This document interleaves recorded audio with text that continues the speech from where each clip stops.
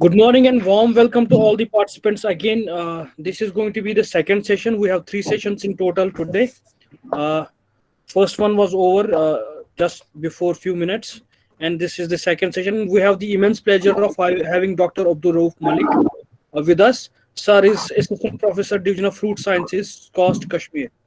And the topic chosen for deliberation is role of mineral nutrients in growth and development of temperate fruit crops. Sir, you're audible and your presentation is also visible. You may start, sir. Okay, good morning, everyone.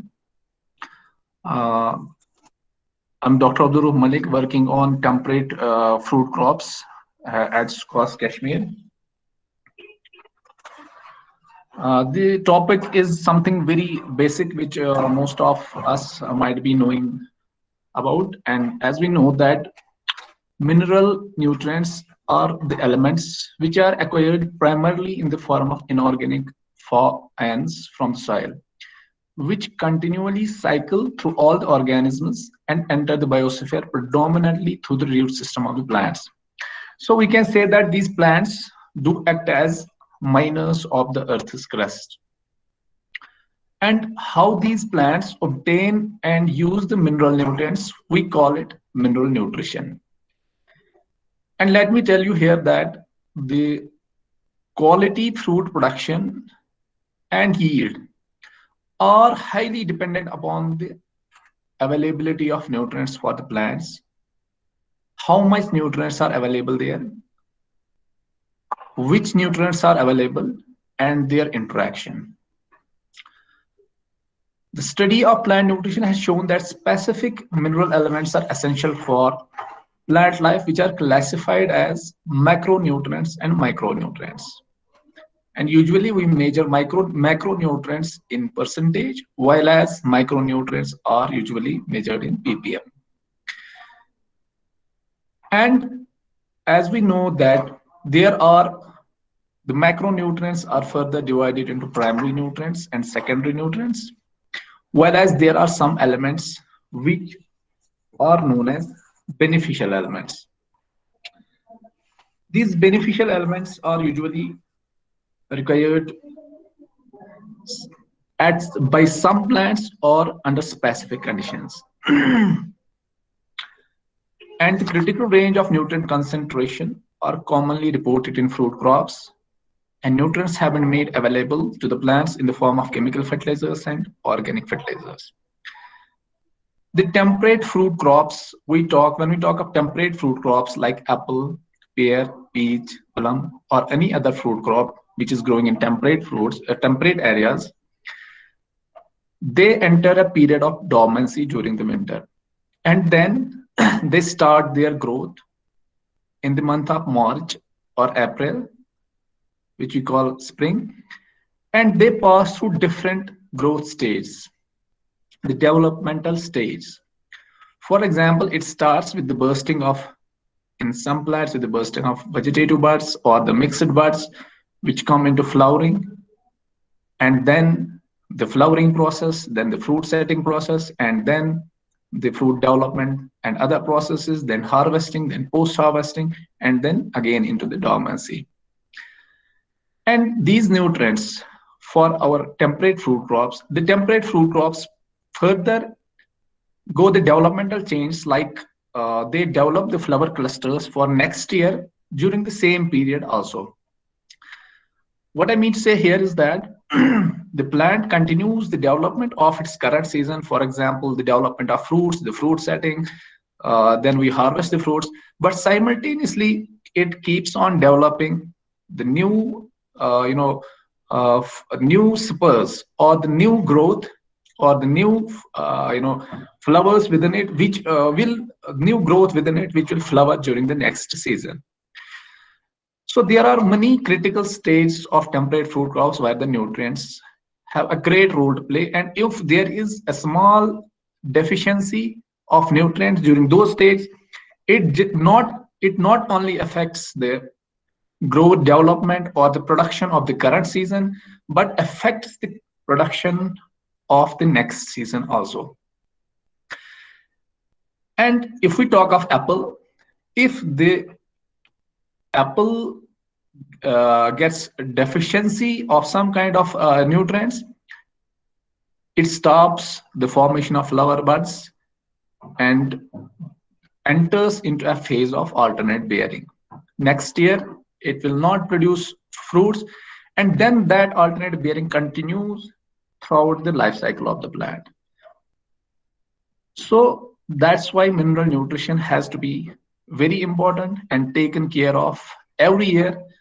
There is no relaxation of time where we can think that let's not take care this time and let's think about the next year.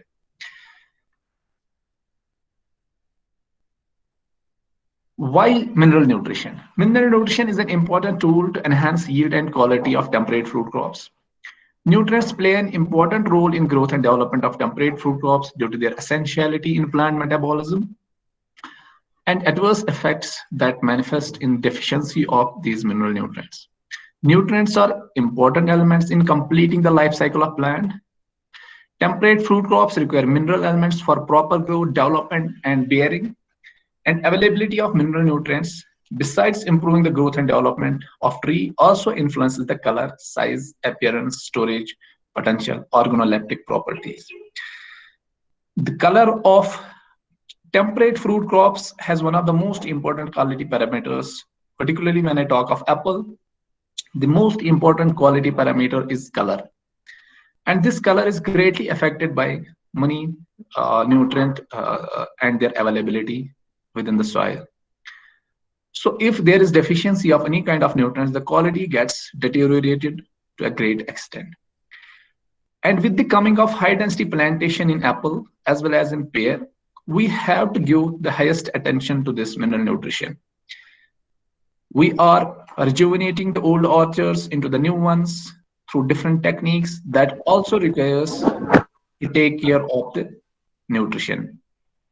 Replanting with the coming of high density orchards in future, we may have to replant our orchards within 20 years of its life cycle. And then again, the mineral nutrition becomes important, very important. Due to increased demand for better quality and ever longer storage times.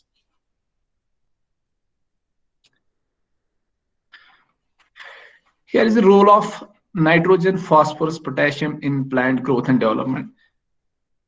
They are very essential macronutrients for plant growth and yield, and these are absorbed in the form of nitrate, Pi, or potassium positive. They play roles in cellular processes like enzyme activation, osmoregulation, store metal activity, and finally impact the plant growth, yield, and quality.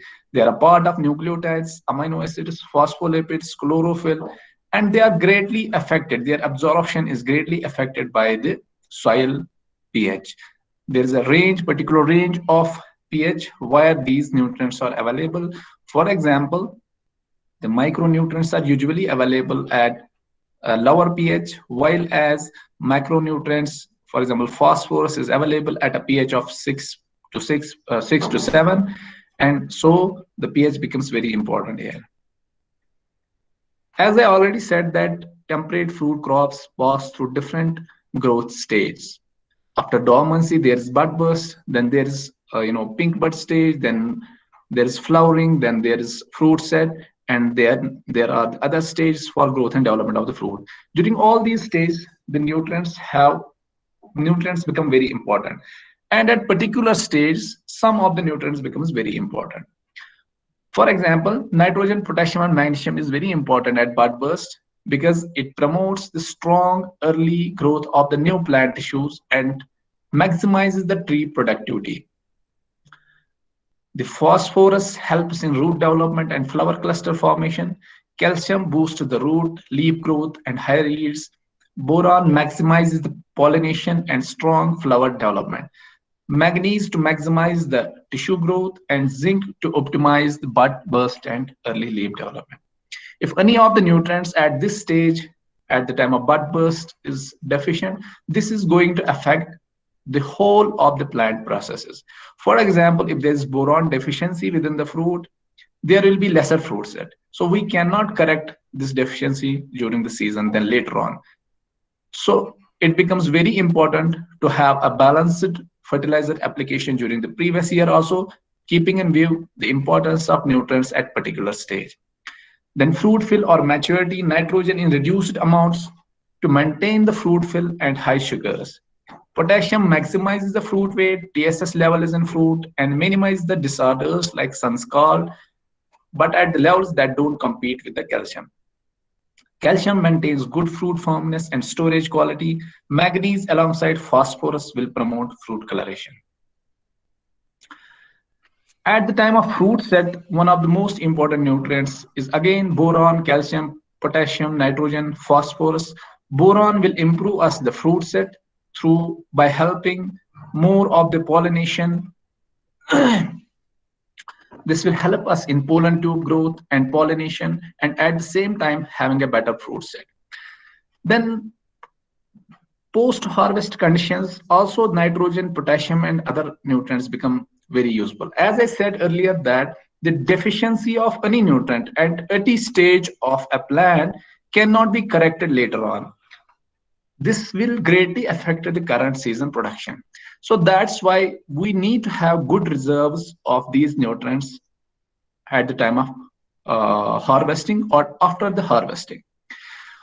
I want to emphasize here that nitrogen, potassium, and phosphorus and many other nutrients are actually stored within the bark and other parts of the plant during the post-harvesting stage in temperate fruit crops.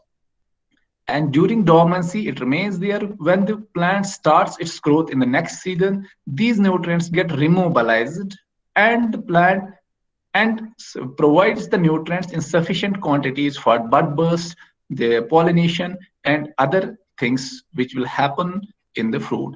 So it's very important to have a good nutrient reserve in the fruit crops, particularly that of nitrogen and potassium.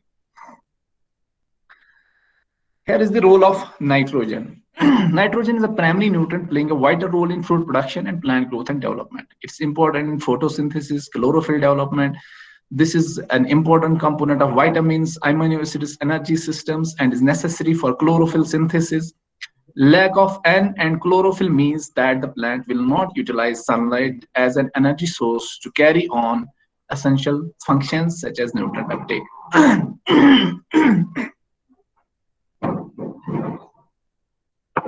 Nitrate is a very mobile in soil and moves with the soil water to root surface.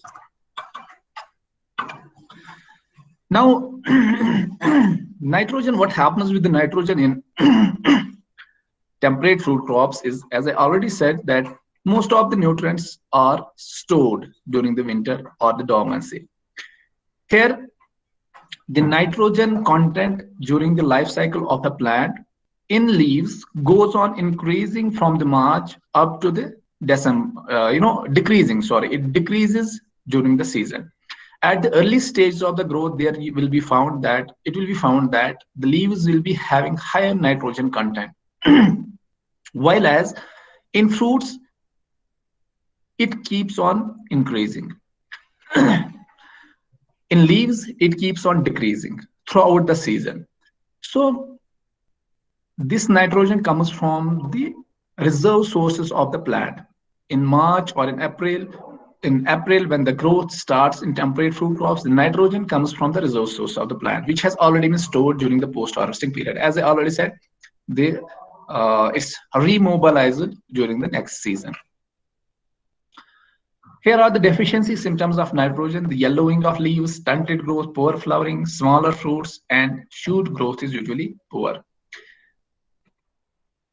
Nitrogen fertilization has been found to influence different aspects of grade quality, from cluster morphology, length, width, and weight of the bunch to a number of berries per bunch, weight of berries, juice, mineral composition, total titrable acid, organic acids, anthocyanin, and total polyphenols.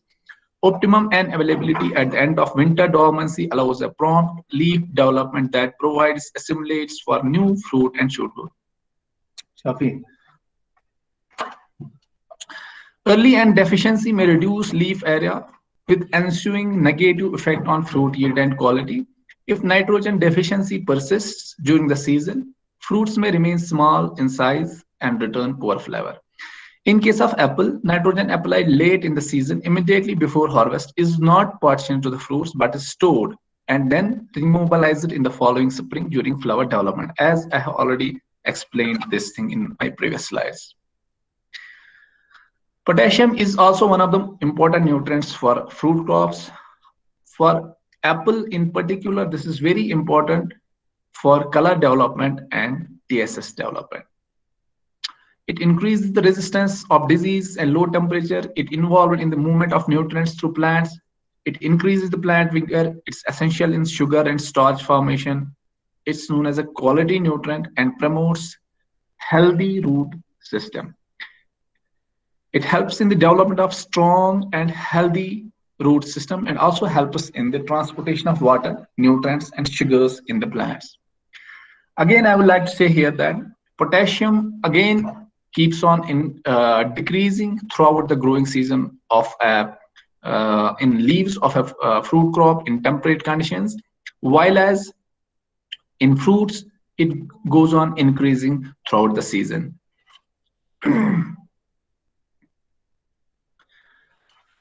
The deficiency symptoms of potassium are burning of leaf margins, lesser fruit size, poor fruit color, low fruit TSS, and heavy crop load with smaller fruits. Potassium application to golden delicious apple increase the total soluble salts from 13 to 13.5%. It helps in increasing total soluble solids and acidity in peach.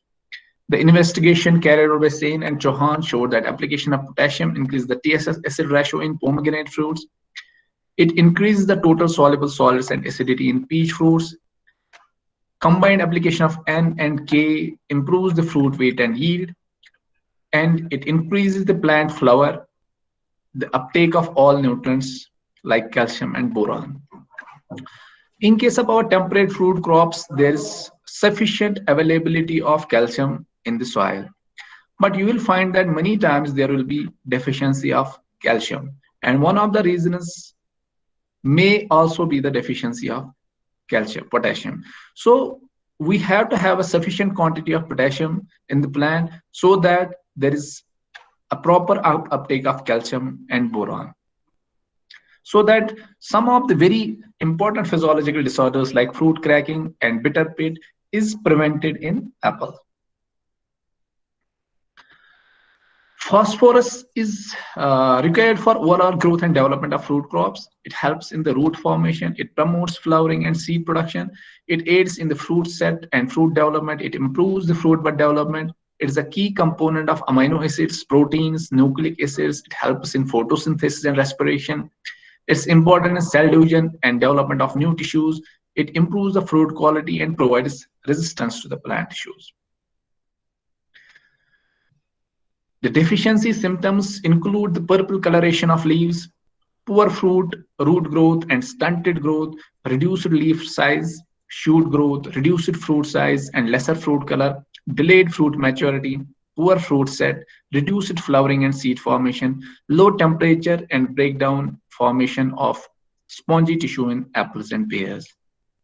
Again, this phosphorus content in case of leaves goes on decreasing throughout the season. You will find that in case of temperate fruits, phosphorus in leaves will be higher during the early stages of its growth, while as it keeps on decreasing towards the end of the season and gets again remobilized into the gets stored into the tissues and then is again remobilized in the next season. While as in case of fruits, in most of the temperate fruit crops, this phosphorus content does not show any particular trend. It sometimes decreases within the fruit, sometimes increases within the fruit, and doesn't show a particular trend. The phosphorus concentration and accumulation in field-grown Fuji apple trees shown that fall accumulated P was used to meet demand during fruit expansion in late July. Fertilizer P should be applied in the fall and just prior to fruit expansion also. P increases the shoot extension growth and fruit size in golden delicious and golden spur apple trees. Calcium is one of the most important nutrients besides these primary nutrients which is required by fruit crops, And under our conditions, Kashmir conditions, this calcium becomes very important, particularly during the months when there is a kind of drought being observed in the valley. Calcium, as we know, is transported through xylem to the leaves and is a very immobile element. So during the drought conditions, you have to give the calcium sprays to the fruit crops, or have to irrigate our fruit crops. And most of the times calcium becomes deficient even if it will be insufficient quantity in the soil. Calcium is involved in the cell physiology, the integrity and stability of cell membranes, organization of cell wall, tolerance against fungal and bacterial diseases. And because calcium is associated with polygalactouronic acid as an exchangeable calcium pectate, the calcium pectate is considered to be calcium fraction best associated with the fruit suitability for storage. If there's any kind of deficiency of calcium during the growth period of a fruit crop, even if it doesn't show its calcium deficiency during the growing season, when we store this apple or any other fruit crop, during the storage, there will be prominence of calcium deficiency, which can be easily observed and which will destroy our whole of the fruit crops. It improves the cell health wall and strength and hence fruit quality. Optimum fruit calcium concentration promotes fruit firmness, increases the disease tolerance, and reduces storage related disorders, which was already I have discussed this. Calcium activates enzymes and is essential for cell division, elongation, and fruit growth. It stabilizes and ensures permeability of the cell wall, protecting it from degradation by the enzymes. There are many deficiency symptoms which can be observed because of calcium deficiency. Fruit which is low in calcium is more susceptible to a range of breakdown conditions like internal breakdown, low temperature breakdown, water core, lenticel breakdown. Calcium deficient fruits are also more susceptible to sunburn. Calcium deficient fruits are susceptible to bitter pit, smaller and misshapen or monkey fruits.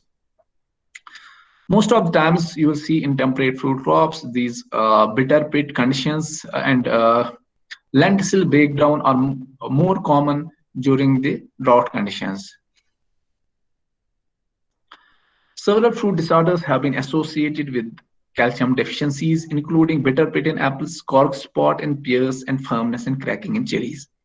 Calcium sprays in Honeycrisp apple under high density plantation improved fruit quality, reduced the post-harvest loss, decreased storage disorders, and enhances the yield. It was observed in apple that more calcium was accumulated during the cell expansion stage of the fruit development in wet years or under irrigation than in the dry years without irrigation. The fact that calcium accumulation occurs during the entire fruit growth suggests a wide window for enhancing fruit calcium levels via irrigation and foliar application of calcium. The calcium content, usually you can find that calcium content in temperate fruit crops keeps on increasing throughout the season in leaves because of its higher immobility. It keeps on increasing in the leaves, keeps on accumulating in the leaves during the growing season as well as in the fruits. This is a gist of role of mineral nutrients in growth and development of temperate fruit crops. Like nitrogen is a part of nucleic acids and ATPs. Phosphorus is a catalyst, ion transport. Calcium has a role in cell wall component. Magnesium is a part of chlorophyll, sulfur, amino acids, iron chlorophyll synthesis, and the role of other nutrients is also given there. Boron is also, like calcium, one of the important nutrients which is required by fruit crops during its growth and development. Boron is important for flowering, fruiting, pollination, and fruit quality. And in case of temperate fruit crops, most of the times we find that there is a problem in fruit set.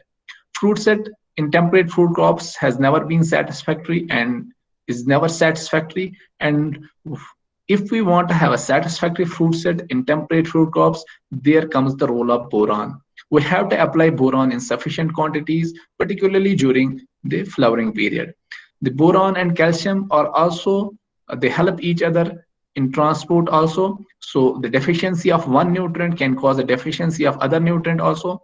And also there's a problem if there is boron or calcium deficiency, you will find lots of problems during the growth stage of the fruit crops. You will find cracking and you will find a lesser fruit set. Boron has also been found to play a key role in reproductive processes like anther development and pollen germination and pollen tube growth, which makes it a very important nutrient for temperate fruit crops. The primary effect of boron deficiency appears to be the disruption of normal functioning of apical meristems with a change in membrane structure. Cell wall synthesis, metabolism of auxins, carbohydrate, ascorbate, RNA lignification, phenol accumulation, and sucrose transport being secondary effects. And abortion of the flower initials and poor fruit set of fruit or seeds are observed under the conditions of boron deficiency. So if we want to improve the fruit set in our temperate fruit areas, we have to have a sufficient quantity of boron in the soil, in the plant, and we may have to apply boron sprays also for having a satisfactory fruit set. Poor fruit set and in turn reduces yielding are first visual signs of boron deficiency, since this nutrient plays a key role in reproductive growth. Apples of boron deficient trees are small, deformed, corked, and sensitive to cracking and rossetting, and have a yellow skin with a poor red color. Under boron deficiency conditions, apple fruits may have low concentration of soluble solids and solids. Leaves are distorted in shape with irregular serration and may cup or roll downward. Adequate levels of this element enhances the pollen germination and pollen tube growth in almond trees, improving fruit set and seed growth. Cracking and shriveling, deformation, internal, external browning, and corking around pit and flesh are signs of cherry fruit boron deficiency. Principal symptoms of deficiency and excess of nutrients in apple and pear.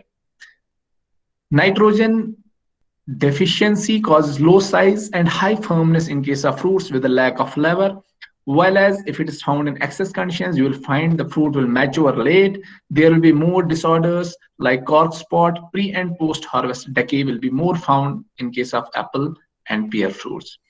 Phosphorus deficiency causes high juiciness but low size and high juice acidity, while as its excess quantity again results into the late maturation, less aroma and sweetness.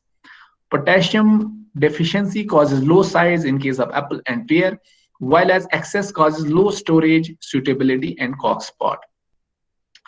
Calcium causes bitter pit, black and internal breakdown, senescent breakdown, water code, high respiration, and early maturation, while as its excess causes delay in the ethylene evolution.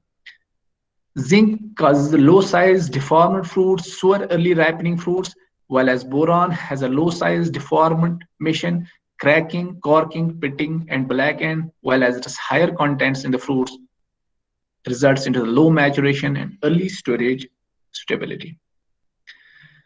Here's a gist of these functions which are being performed by plant micronutrients like the constituent of cell walls are calcium, boron, and zinc, constituents of enzymes, iron, manganese, copper, nickel. Activation of enzymes is performed by zinc. And this is here the utilization of micronutrients in different growth phases of the plants, like germination and establishment. You will find the role of iron, zinc, manganese important. While as during vegetative growth, iron, zinc, manganese, copper, and boron are important. While as during flowering and reproduction, iron and boron are important. And maturity and senescence, copper, molybdenum, and boron become very important. The nutrients, as I have already discussed in different slides, these are our mobile nutrients which are transported in the plant through both xylem as well as phloem, whereas there are immobile elements like calcium, sulfur, iron, boron, and copper, which are transported through xylem only with the transpiration pull. This is a diagnostic flow chart for common nutrient deficiency symptoms, like the immobile nutrients here, their deficiency symptom will be found on younger leaves, while as the mobile nutrients which are here, their deficiency symptoms can be found usually on older leaves. Now there are certain techniques through which we can diagnose the mineral nutrient nutrition in fruit crops, which include the plant analysis, soil-based chemical tests, and virtual nutrient deficiency symptoms. Soil testing should be done twice if we want to before the pre-planting stage of any fruit crop in temperate conditions, whereas if the fruit crop is in a non-bearing stage, we should not sample it because it will not show the proper stats of the nutrients. And in bearing orchards, we should go for sampling and the soil tests every 3 years to check out the nutrient uh, contents in the soil and their availability. Plant analysis is effective means to determine nutrient needs of fruit crops. It tells us how much of the potentially available nutrients is actually taken by the plant. Plant analysis best ways to determine nutrient needs of the perennial fruit crops. Plant analysis can be used to fine-tune the efficiency of fertilizer program before nutrient deficiency symptoms occur and is very useful in improving the fruit quality and yield. Usually, July 15 to August 15 is an appropriate time for plant sampling in case of temperate fruit crops. How and when to sample temperate fruit crops? For example, in case of apple and pear, the stage of growth is July 15 to August 20, and we have to use a fully expanded leaf from the middle portion of the current terminal shoot with a composite sample of 40 leaves, including petioles. While as in case of peach, cherry, apricot, nectarine, plums, July 15 to September 1 is an appropriate stage. We have to select shoots at eye level from around the outside of the tree, select shoots that make a vertical angle of 45 to 60 degrees to the ground. Remove 1 or 2 leaves from the mid portion of the current season's growth with a composite sample of 30 leaves and petioles. While as in case of grapes, the recommended stage under our temperate conditions is the veragen and petiole from the most matured leaf on shoot, 1 petiole per shoot with a sample of 60 petioles.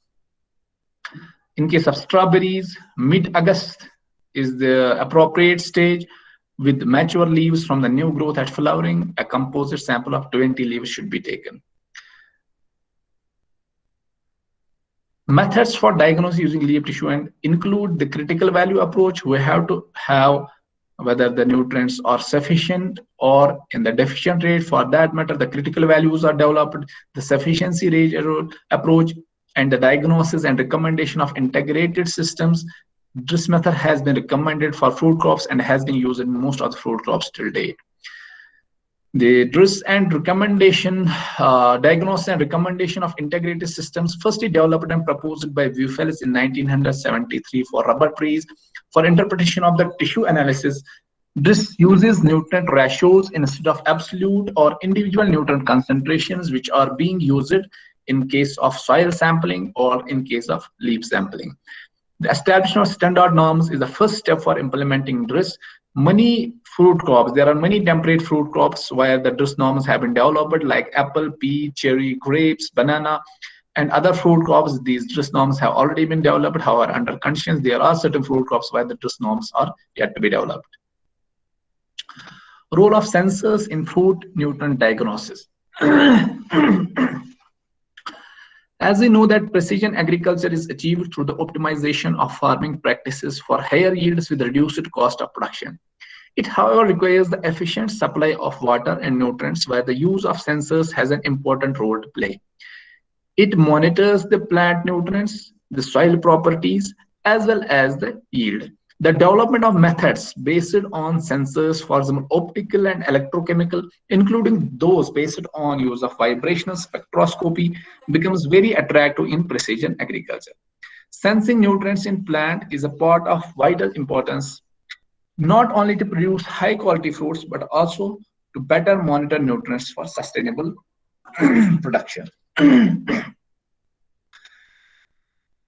There are many sensors which are based on near and mid-infrared spectroscopy. Methods based on vibrational spectroscopy or mid-infrared spectroscopy have been widely used to measure nutrients in crops and plants. These methods are based on measurement of chemical bonds present in the samples that vibrate at specific frequencies, which are directly associated with the mass of the constituent atoms and the shape of the molecule. More broadly, near-infrared spectroscopy is capable to measure organic chemical molecules containing OH bonds, NH bonds, and CH bonds through the absorption of energy in NIR region of the spectrum. Then there is hyperspectral spectroscopy. Most of the spectroscopy applications have been primarily relying on spot measurements using either NIR or MIR regions of the electromagnetic spectrum. Data and information has to be done through multivariate analysis or principal component analysis, and several algorithms are used to interpret the data, like principal component analysis, partial least square regression, and discriminant analysis are the most commonly used. Then remote sensing systems and smart nitrogen fertilization. Reflective sensors represent a new approach showing a great potential to provide quick and easy non-destructive estimates of plant nitrogen status. These sensors provide information of leaf chlorophyll content, and such information permit the early detection of plant nutrient deficiency. Chlorophyll sensors fail to detect poor fertilized plants due to chlorophyll saturation.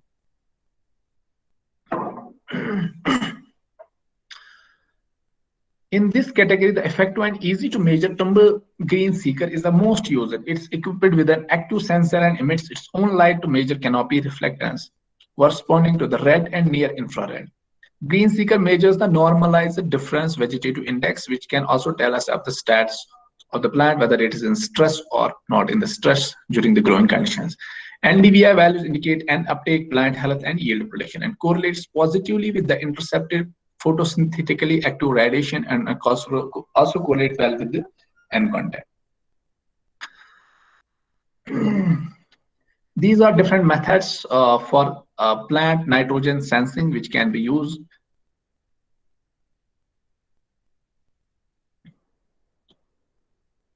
Then nanotechnological nutrition in fruit crops. It has been observed that 1/3 of the crop productivity is attributed to fertilizers, and rest depends on use of efficiencies of other agricultural inputs.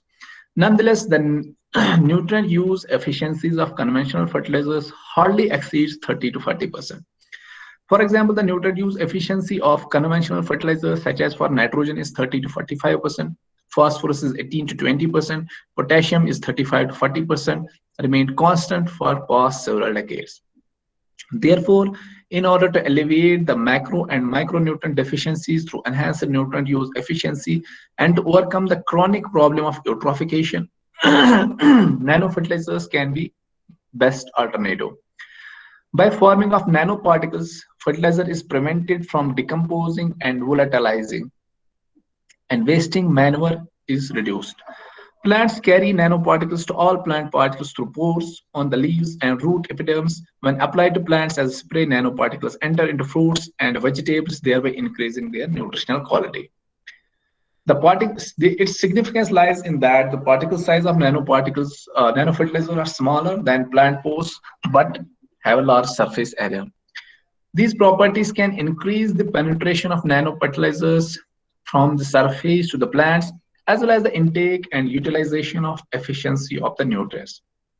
On the other hand, it also increases the specific surface area and the number of particles per unit area of the nanofertilizers by decreasing the particle size.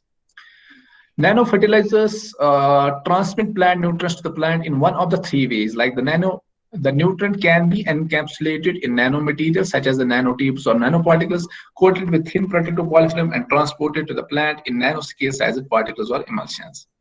Here are some of the case studies. In case of apple fruits, the hardness, titerable acidity, total phenolic content, total antioxidant activity, fiber content were increased with the nano calcium sprays compared to the controlled fruit. In addition, it was observed that the quality of fruit treated with nano calcium was better than for all the parameters treated with the calcium chloride. Then molecular and genetic basis of nutrient use efficiency. Nutrient use efficiency critically impacts the management of essential nutrients. Therefore, it's very important variable for evaluating the crop production. Improving nutrient use efficiency in crop plants is being tackled by traditional breeding and molecular directed strategies.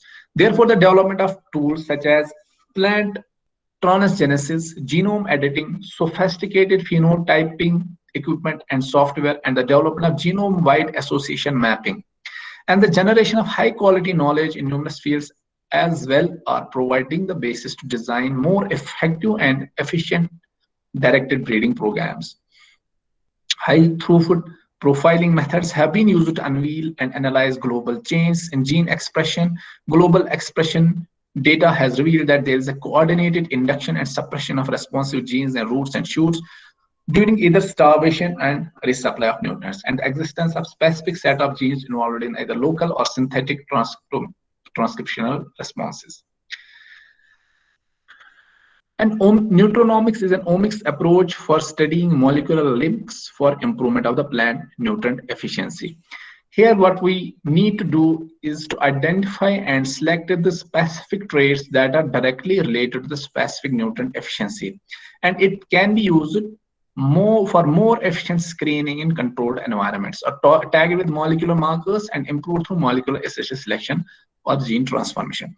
The fact that many of the molecular and biochemical chains in response to nutrient deficiency occurs in synchrony suggests that genes involved are coordinately expressed and share a common regulatory system. So we have to have the systematic studies which will allow us to understand the genomics, transcriptomics, proteomics, and metabolomics aspects of the nutrient use efficiency. This area of study is termed as plant nutrinomics, a new frontier of plant biology that's attracting more and more attention by the researchers world over. So we have to give our attention to this area also. So, in conclusion, a balanced nutrition is required at each stage of the plant development, in particular in case of temperate fruit crops, to achieve the maximum yield. Mineral elements such as phosphorus, nitrogen, calcium, potassium, among others, perform essential roles in all living organisms, therefore must be continually available for plant uptake. Yields and fruit quality of temperate fruit orchards depend strongly on proper nutrient management at various critical growth stages during their life cycle. Carbohydrate reserves support flower development, thereby supporting the fruit growth and development for which nutrients are essential. Potential fruit size and fruit weight depends on cell membranes, which is obviously a function of various mineral elements. The fruit growth, initially by cell division followed by cell elongation, is facilitated by the presence of various nutrient elements. For flower development, pollination, fertilization, as well as fruit growth and development, nutrients are a must. There are several tools available for evaluating the mineral nutrient stats of fruit crops, which include plant analysis, soil analysis, virtual nutrient deficiency symptoms, etc. However, the recent development methods based on sensors, for example, optical and electrochemical, including those based on the use of vibrational spectroscopy, has become very attractive in precision agriculture. Nanofertilizer development have to be a priority area now. Furthermore, the traditional plant breeding programs appear insufficient to ensure future global food demand. So we have to have modern breeding methods which will give us the genomic information together with transgenic and genome editing approaches have to be used to increase the food production. At the same time, it will address the environmental issues and optimize the fertilizer and pesticide use. We have to have a knowledge on the genetic basis of plant nutrition in increasing rapidly and is making possible the identification of and management of key regulatory elements involved in the nutrient acquisition, transport, assimilation, as well as in the root system architecture and function. Thank you very much.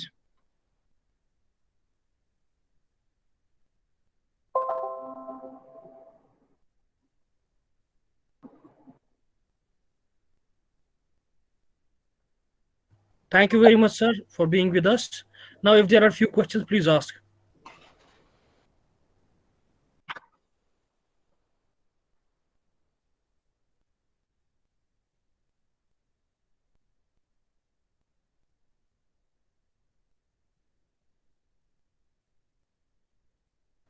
If there are any questions, please ask.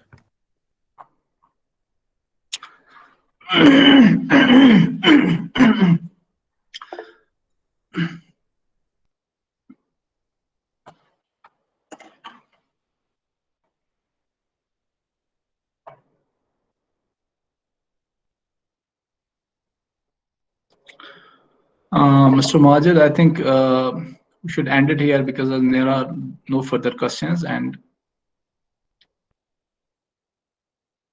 yes, sir. I don't think there are further. There's one question, I guess.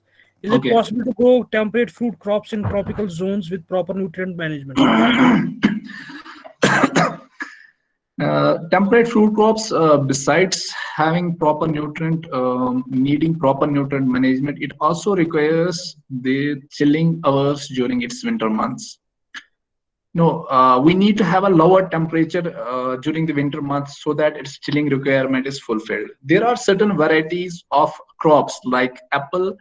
There are certain varieties, but which are not of that good quality. Also, there are certain peach varieties which can be grown under subtropical conditions where the chilling requirement is very low, where but you need to have a temperature below 7 degrees centigrade during the winter months. Wherever during the winter months a temperature of below 7 degrees centigrade is available for at least 200 300 hours, we can grow some varieties. And where there is more than 300 hours chilling, chilling hours, lesser a temperature of lesser than 7 degrees centigrade, there we can grow more number of varieties of different temperate fruit crops.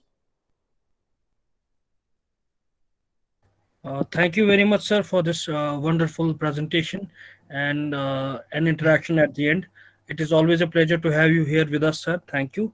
On Thank behalf you. of participants and on behalf of the organizing committee and all the organizing parties involved, thank you very much, sir. Thanks a lot.